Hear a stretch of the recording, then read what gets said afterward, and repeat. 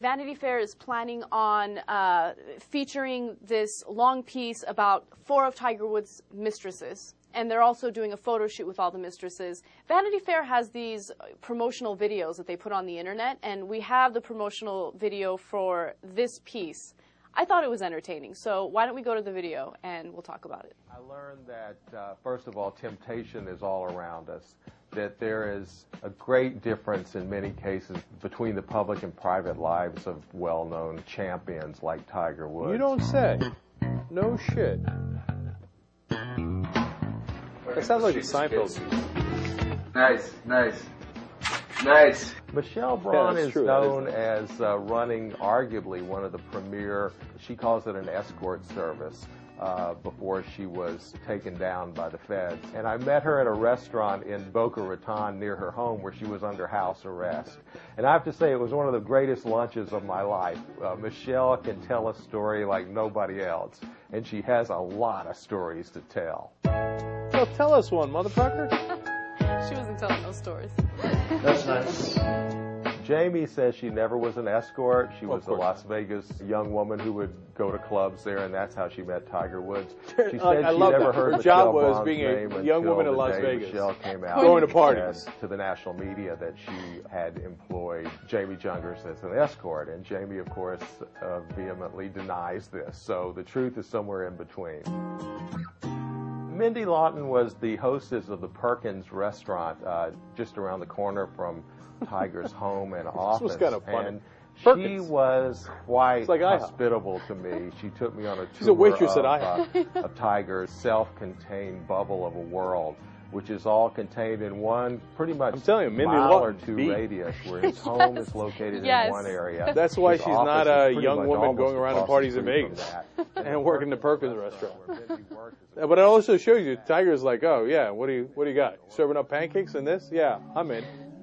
But this one's kind of attractive. Yeah, listen to this I one. think like Madonna, she's just known as Loredana. She's quite a spirited, beautiful young woman. I bet. And I think Loredana says it all.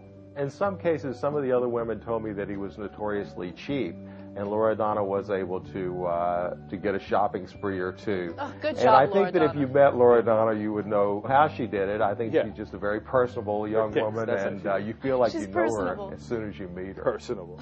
Before I embarked on the story, I read Maureen Dowd's great column in the New York Times, and it said, Tiger forgot the cardinal rule.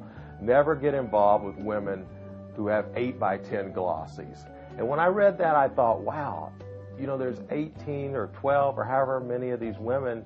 Surely they want to talk and tell their stories. And I have to say, Maureen Dowd was absolutely right. They all wanted to talk. Really? Yeah, no. That was so funny. I was so entertained by that video.